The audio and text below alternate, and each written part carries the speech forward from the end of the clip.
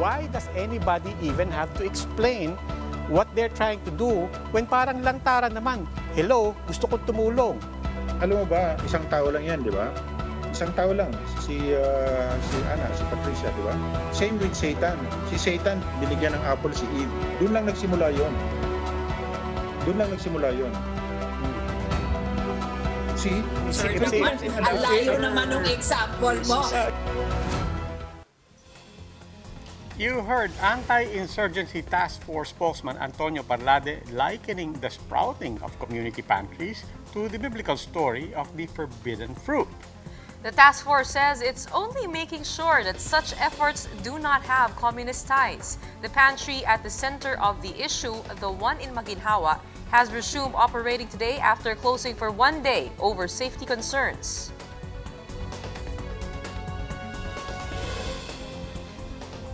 Good evening, I'm Gretchen Ho. And I am Robbie Alampay. You're watching The Big Story. We begin tonight with Parlade casting doubt on the intentions of community pantry organizers, especially Ana Patricia Non, who founded the initiative. Parlade says he finds it questionable how the movement seemed too well-planned and organized, as if it were part of a bigger strategy against the government. Joey Francisco has the big story. Kung wala siyang kinatatakutan. NTF-LCAC spokesman General Antonio Parlade says he has nothing against Maginhawa Community Pantry founder Ana Patricia Non. Wala naman talagang problema dun sa ginagawa ni Ana. But it's our job to inform the people kung ano ang totoong background ng mga taong ito. But in an interview with One News' The Chiefs, Parlade also cast doubts on Non's motives. Parlade said they suspect that Non's community pantry was part of a well-prepared strategy by the left to undermine the government. Kasi itong taong ito, I don't know her personally, I don't know her. Ang sabi, ang dami ng mga nag-text at nagpadala ng message, ito yung kausap ni Chad Book. Sabi nila, ito yung mga nila sa Alcader. Tingnan natin kung mayroong connection, itong mga nagsusulputan na ito sa buong Pilipinas. Kasi like I said, 14 nagsimula yan, April 14. In a matter of days, like 16, 17, 18, napakadami na buong Pilipinas. At iisa ang team. Parang nakapackage, parang iisa yung strategy. Parlade also saw something suspicious when Non decided to suspend operations yesterday over safety concerns. Kami nagtataka, bakit suddenly ang bilis nung pag-propagate nung programang yan. And suddenly, nung pinasara, may media pa. Talagang may press con pa. Talagang orchestrated, well orchestrated. So bakit siya tumigil kung wala siyang kinatatakutan? She came out outright with it. It's the fear of violence against her and her narrative people. nila yan. So, it's always their narrative. Ganyan sila palagi. Alam mo, sir, yung nakikinig ko tayo dun sa Supreme Court, yung anti-terror law petitions, yan yung narrative nila eh. Palagi nilang sinasabi, this red tagging endangers people's lives. The show's host asked why Non even has to explain her motives to anyone. That was when things got biblical. Why does anybody even have to explain what they're trying to do when parang lantaran naman? Hello, gusto kong tumulong. Alam mo ba, isang tao lang yan, di ba? Isang tao lang, si Patricia, di ba? Same with Satan. Si Satan, binigyan ng apple si Eve. Doon lang nagsimula yon. In the end, Parlade insinuated that this was all drama and that Non belonged to a group that was working against the government. Huwag tayong maniwala dun sa tao, payak-iyak pa yung tao, drama pa, may kung ano-ano. I'm not saying na sinadya niya yun, but from the little knowledge that I know of Ana, kaya niyang gawin yun kasi member siya ng ganito. At the very least, it's innuendo. Yes, because we want to make sure. I want to make sure with what I'm saying here. If you want to make sure, why did you pass off innuendo? No, kasama yun dun sa, sa proseso ng intelligence. Kasama yun. Joey Francisco, we are One News.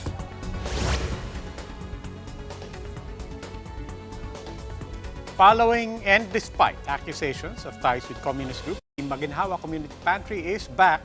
Marian Enriquez with the story. With with still a few hours before the Maginhawa Community Pantry reopens after its one-day closure, the Quezon City Task Force Disciplina has started patrolling the street as early as 3 a.m. Their task, support and monitor the implementation of health protocols. When the clock struck 5 a.m., the end of the curfew, residents were allowed to queue, including former jeepney driver Ferdy Caligayan. Yung makukuha ko rito sa community pantry, malaking tulong ho ito kasi magagamit namin sa isang araw. Lola Alicia Azarte fell in line at 10 a.m. for the second batch of distribution. She only earns 300 to 400 pesos a day from selling sampagita. Yung nakukuha ko rito, pagkain na lang namin. Ang kita ko sa sampagita, pambili ng gamot. This is the 7th day since the Maginhawa Community Pantry began. But while the act of kindness continues, founder Ana Patricia Non or Patreng remains anxious about potential threats. Non said the police asked for her contact details. Ano po ba naman yung threats na yun? Pagkain lang naman po, kangkong lang po hawak ko dito. She also denounced NTF Alcac spokesperson Lieutenant General Antonio Parlades' threats in his interview with One News, The Chiefs, on Tuesday night. Wala naman po ako tinatago, ayun. Tapos po pero serious din po yung mga paratang na yun na hindi din dapat tinitake as a joke. Ang pinaka naapektuhan, hindi ako. Ang naapektuhan po nila yung hundreds na pumila. So isipin na lang nila kung itutuloy po nila yung mga ganyang statement, ilang pamilya yung walang iuuwi sa bahay nila. Ilang pamilya yung gusto po nila magutom. Non also took offense when Parlade used the analogy of the serpent in the creation story to cast doubts on the motivation behind community pantries. Huwag naman po ganun kasi kawawa po yung mga taong tumulong sa likod nito. Meanwhile, National Union of People's Lawyers Chairman Nery Colmenares personally visited Patreng to give legal advice. Basta ang warning sa mga pulis, wala kayong legitimate reasons to get the data and the information, therefore wag niyong gawin. Yan ay violation ng Data Privacy Act at violation ng napakaraming batas sa coercion. In the end, Non stressed that whatever the impact of community pantries, it provides the hope we need in these hopeless times. For News 5, Marian Enriquez, we are One News. In Congress, the Makabayan Bloc has filed a resolution pushing for an investigation into the red tagging and profiling of the community pantry organizers. To help us discuss this further, we have Bayan Muna Representative Carlos Zarate joining us via StreamYard. Good evening, Congressman Zarate. Good evening, Robbie. Good evening, Gretchen. Sir, let's start with this. I think for most people, we know it when we see it. Diba? We know it when we see it, when we talk about red tagging. But at the same time, in Congress, usapin naman po talaga, how we need a legal definition for it, and we need a legal way to penalize it without that kind of a definition. And yet we know what Parlade has been saying. People instinctively feel that's it. But without that legal parameters, how far really can you go into holding anybody accountable? Yes, thank you, Robbie. That's true. No, it's high time that these officials will really be made accountable for this baseless, and reckless labeling, vilification, and red tagging of just anybody. From mga artista noon, ngayon, even those kind-hearted Filipinos that started this community pantries are now being red tagged. So that's why we filed this resolution in aid of legislation. And in fact, we are seriously thinking now of really pushing for a counterpart bill of that one filed by Senator Drilon in the Senate to criminalize this red tagging by state forces, by officials like Parlade, who only exposes the paucity or even bankruptcy of their arguments, especially on what they are doing now dito nga sa pagsulpot nitong mga community pantries na ito or even community kitchens, na lahat na lang nakikita nila reds, at masama, and what is wrong with helping our people, So this is the objective of that resolution that we filed today at the House of Representatives, Robbie. Okay, now in the meantime, when it comes to this investigation that you want to pursue, what specifically are you going to be looking for? I mean, that can clearly spell out where something has gone and crossed the line. Yes, because even if there are already official pronouncements, for example, coming from the palace and even from the DILG, that they are not really posing the existence of these community pantries, here we have officials like Parlade who kept on issuing statements, no? And talagang reckless na yung mga statements, no? Kinumpara pa kay Satanas yung mga initiators nito. So this is also an exercise, Robbie, itong ginagawa nating investigation. Of course, Congress has an oversight function, no?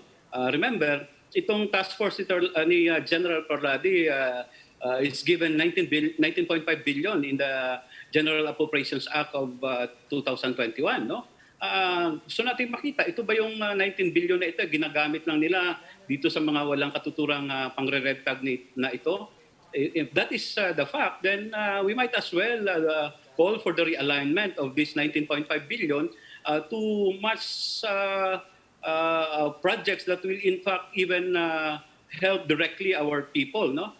We are now in the House of Representatives at least, no, finalizing the third economic stimulus, no, and in that proposed bill, the president will be given again will be allowed to realign some budget, and after if the result of our investigation will show na wala namang katuturan itong pinagagawa nitong NTFL CAC na ito, then it has to be disbanded, and the budget given to it will not be used for even mas makabuluhan, no, na mga programa like giving ayuda to our people, no, na especially now na nahihirapan pa rin because of this COVID-19 pandemic and the crisis na pinalala nito, Robbie. Okay. Congressman Zarate, maraming salamat po. That was Bayan Muna Representative Carlos Zarate. If you want to know the location of community pantries near you, a new tracker site will show you just that. The makers of Saan May Delivery site created Saan May Community Pantry. Using the map, users will see community pantries represented by pins on the Philippine map. Click a pin and details of the pantry will show up from contact person, address, and schedule. Those who wish to register more pantries on the site may click the link on the upper part of the page and fill out the form.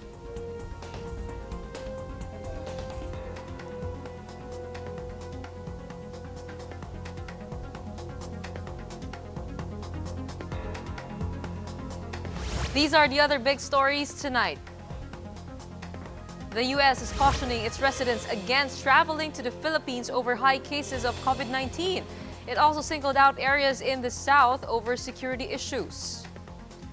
The reproduction number in Metro Manila has dropped close to 1, but the health department has reason to believe the dip might be artificial.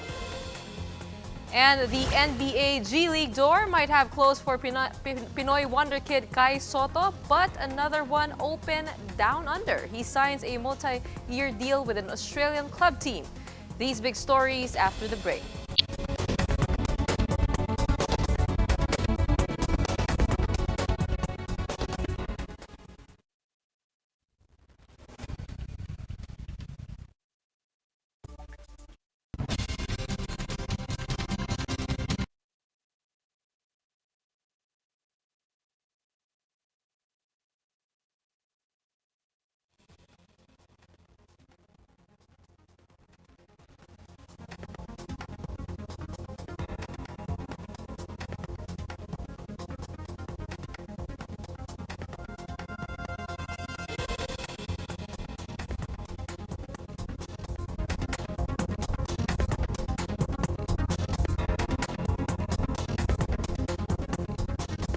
Good evening. You're still watching The Big Story. I'm Robbie Alampay. Due to medical reasons, some qualified vaccinees are unable to go to vaccination centers. That's why LGUs in Metro Manila have started implementing home service vaccinations. How does that work? JC Cosico tells us. 65-year-old stroke patient Joselito has been bedridden for 2 years now. His wife Priscilla takes care of him, but for her age, it's a grueling task. Kailangan, alam mo, nagbubuhat niya minsan. 3 tao, 4 na tao, ang bigat. Nahihirapan, lalo na nasa 3rd floor kami. Diyos ko, hindi kakayanin.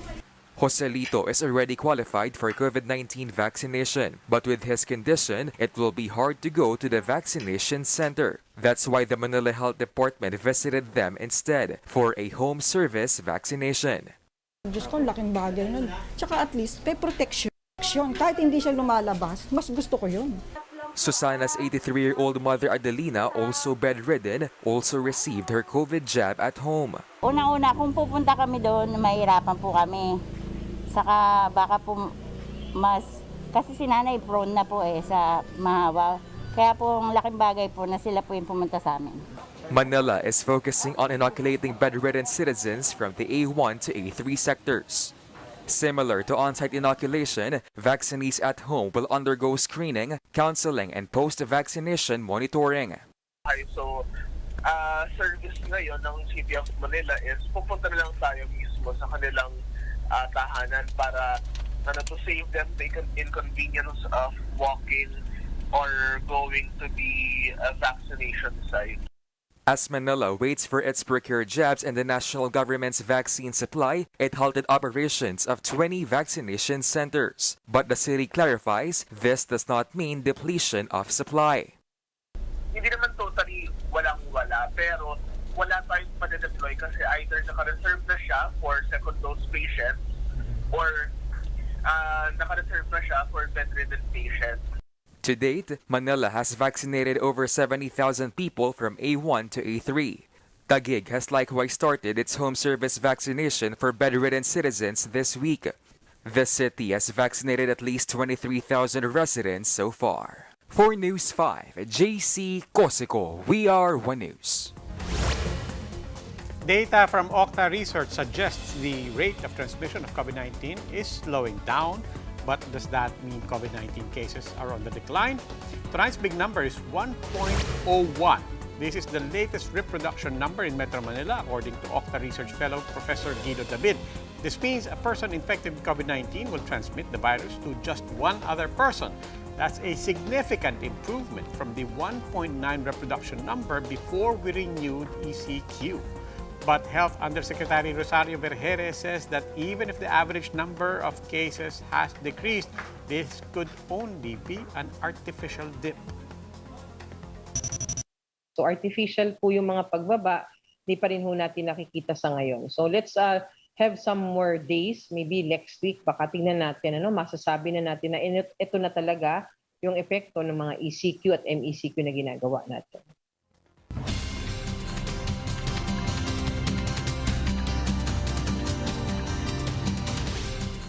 Time for an express look at some of the day's big stories. The U.S. government has released an advisory telling its citizens do not travel to the Philippines. American agencies cited a very high level of COVID-19 transmission. It also noted other threats like terrorism, civil unrest, and kidnapping in areas in Mindanao. The U.S. State Department has earlier announced that it will include 80% of countries worldwide in its do not travel list, in accordance to the health notice of its Center for Disease Control and Prevention. Chinese President Xi Jinping calls for a fairer world order as tensions grow between Washington and Beijing over a widening range of issues. While he did not specify any country during China's Boao Forum, the Chinese leader seemed to take a swipe at the United States when he condemned countries building barriers and decoupling. Said leaders must stop bossing others and meddling in internal affairs. The U.S. currently backs the Philippines in its new standoff with Beijing in the West Philippine Sea. At least 3 people died while 10 were injured due to the onslaught of Typhoon Bising. 1 person also remains missing. The typhoon damaged over 1,000 houses in regions 5, 8, and Caraga.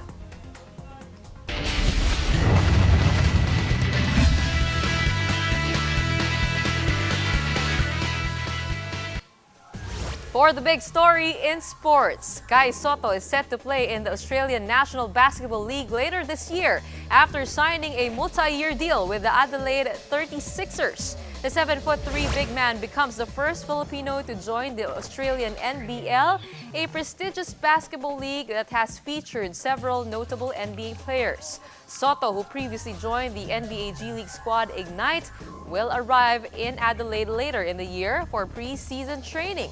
Soto also announced that he will be joining Gilas for the FIBA Asia Cup and the Olympic qualifying tournament. May part sa akin na sobrang excited, may part na medyo kinakabahan, may part na happy, ganyan. So, mixed emotions lang kasi sobrang daming na magiging mangyayari sa future ko. So, after nitong lahat na to is mag-stay pa rin ako na mag-focus sa sarili kong path and continue on developing at to continue on improving lang para maging ready ako sa mga susunod na mga challenges. Time for another quick break. When we return. After taking part in a government culling program to curb the spread of the African swine fever, hog racers say they have yet to get even a single peso as compensation.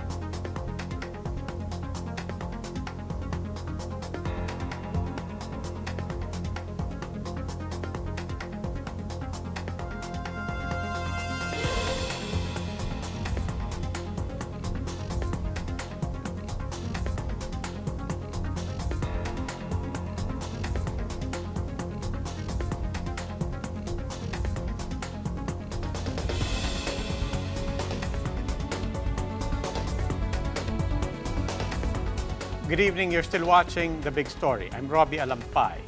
With hog racers still reeling from the effects of the African swine fever, they can only hope for a promised compensation for their pigs that government cut. But 2 years later, they say they have yet to get a single centavo. Shaila Francisco with the story.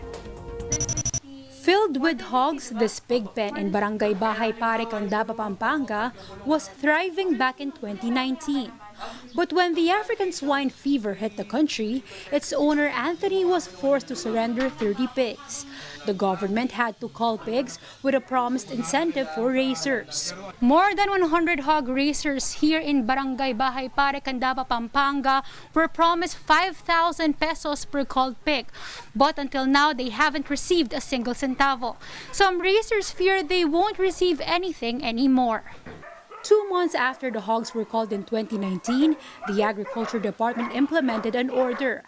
It limited compensation to backyard farmers with a maximum of 20 pigs. This invalidated several racers from getting compensated. Alam kong ang gobyerno, ang mga tao ay hindi dadayain. Kaya ako hindi nagdalawang isip na sumunod bandang huli. Unti-unti na po naming naramdaman na nagtatagal. Parang humihirap, parang nawawala ng pag-asa, at parang hindi na yata ibibigay. Some owners decided to convert pig pens to dog houses, while others were transformed into duck farms and fish farms. But income from these is still not enough. Sa totohanan lang po, kanya-kanya po ng diskarte na lang sa pamumuhay eh. Lalo na po ngayon, hindi naman po kayo makakapagtrabaho ng basta-basta kung wala kayong travel pass, wala kayong medical certificates. At napakahirap po talaga ngayon ang mag-apply. Yun po ang totohanan nun. Kaya halimbawa magtinda ng gulay, magtinda na kung ano-ano na lang, basta ho makaraos po ang pamilya. The affected racers are planning to elevate their concerns to the DA's national office. Yun, dahil yung mga inutang din namin na PIDS, sinisingil kami, wala ho kaming maibayad. Yun lang din ho ang pinangako namin. Unang-una ho kasi dahil sa utang din namin sa pagkain ng baboy eh. The DA's regional office denied claims that the memo to only compensate backyard racers with 20 pigs or less was implemented after the culling.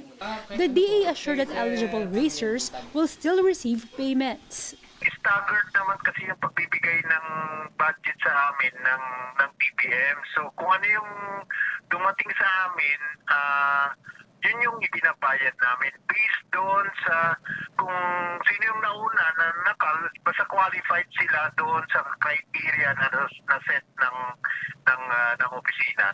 For now, affected hog racers in Pampanga cling on to the hope that they may soon be compensated. Shaila Francisco, we are One News.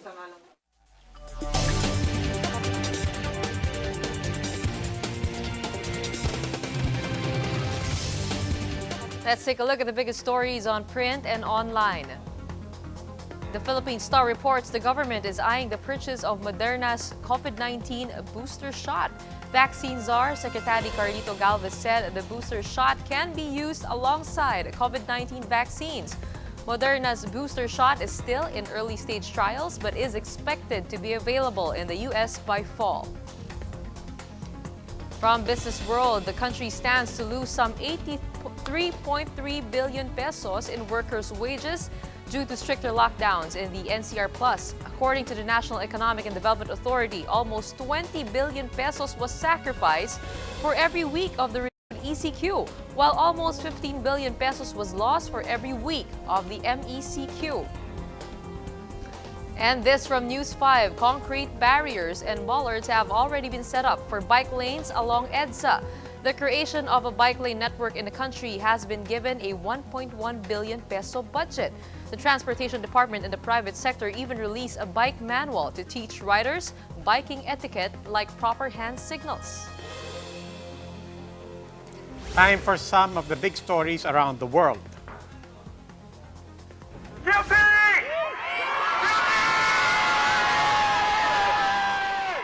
Activists cheered after former Minneapolis policeman Derek Chauvin was found guilty for the murder and manslaughter of George Floyd. The 12-member jury found Chauvin guilty on all 3 charges against him, second and third-degree murder and manslaughter, after just 10 hours of deliberation.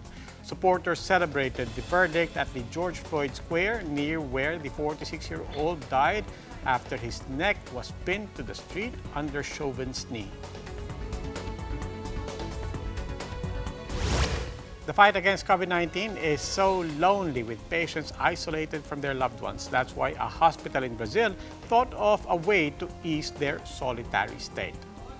The Santa Felicia Emergency Care Unit fills latex gloves with warm water and then they tie them off like water balloons. And voila, a simulation of human touch through the hands of love. Aside from giving emotional support, the hands of love also help increase blood flow.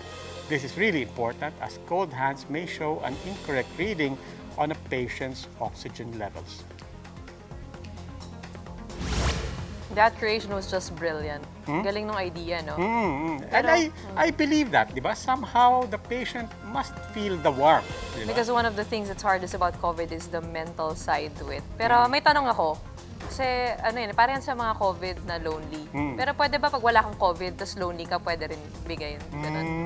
Sige, pang ikaw, Christmas gift, di ba? Kasi subukan mo mamayang gabi. Sabihan mo kami lahat bukas. Anong pakiramdam mo? Kukuha ko ng hotbag. That wraps up today's big story. Catch us again tomorrow at 8 p.m. on Signal Channels 8 and 250. Please like our Facebook page, One News. For more in-depth analysis, visit our webpage, onenews.ph. Mask on. Wash hands. And stay safe, Philippines. Ako po si Robbie Alampay. Ako naman si Gretchen Ho. We are One News. Have a good evening.